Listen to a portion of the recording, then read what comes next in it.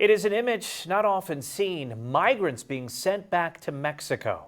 A transaction between that happens every day in the middle of one of the international bridges in Eagle Pass. Our Yami Virgen was invited to ride along with Border Patrol.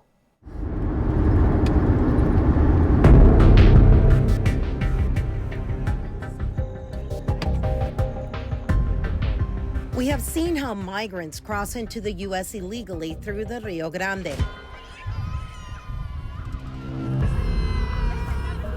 But this is the first time we're allowed to record the process of how they're deported or expelled at the U.S.-Mexico border. Photojournalist Paul Sanchez and I arrived at the Firefly Processing Center around 7 a.m. to follow the first group of the day being sent back to Mexico. Acting Chief of Border Patrol Del Rio Sector, Milton Moreno, met us at the area where migrants are brought out and board buses under the watchful eye of agents. We transfer them over to our processing facility. There we vet their records. We ensure that they are, who they claim to be.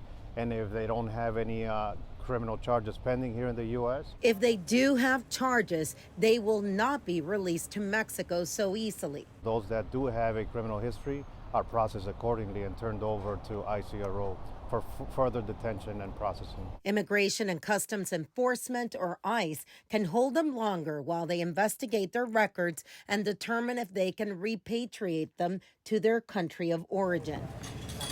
This morning, those without a criminal record are being placed on buses and sent to one of the bridges in Eagle Pass, Texas. This process happens daily in coordination with Mexico's immigration authorities. We are able to quickly return these illegal aliens back into Mexico, and the government of Mexico has been a great partner in accepting the CVNHs as we talked about, so Cuban, Venezuelans, Haitians, Nicaraguas, and here recently they added Central Americans, Guatemalans, Salvador, and Honduras, and obviously the Mexican nationals. Executive order signed by President Donald Trump now allows this group, which previously had temporary protected status or TPS, to be deported. Every day we coordinate with government of Mexico, our counterparts in Mexican immigration. We turn over the illegal aliens over to them, and we tend to do them during daylight hours between 8 a.m. and 8 p.m. Where do they go from there? From there, Mexico either takes them into the interior of Mexico, Mexico City, by bus or by plane, and some into their native country. Acting Chief Moreno says this system seems to be helping reduce the number of migrants who attempt to return illegally to the U.S. Are you seeing people come back? We have not. In years past, we used to see that recidivism where you apprehend the same person on 3 consecutive days. We have not seen that now because you return them back into the interior of Mexico or to their native country, and it makes it more difficult for them to start that journey again. One by one, 4 buses filled with migrants arrive and passengers are unloaded. As you can see, all traffic stopped at the bridge. They are then transferred to Mexican immigration buses under the supervision of Mexican immigration officers. What are you guys doing right now that you have that breathing time?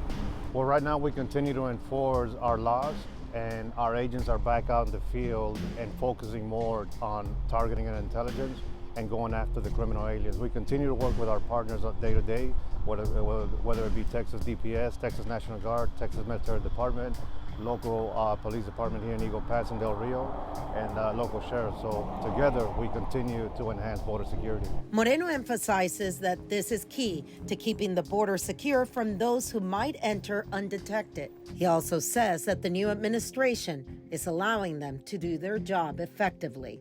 Just let us do our job, and we'll enhance not just border security like I mentioned, but security in the entire country.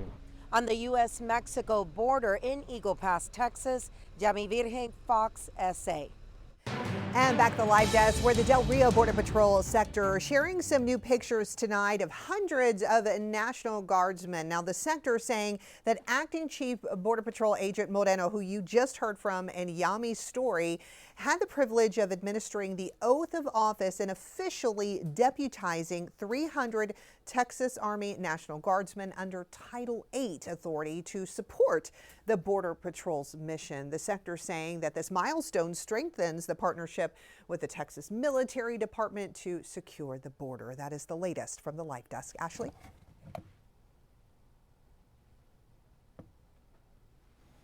Well, for a more in-depth look at the crisis at the border, be sure to listen to Yami Virhin's award-winning podcast, Immigration Crisis: Fight for the Southern Border. It's available in English and Spanish wherever you listen to your favorite podcasts.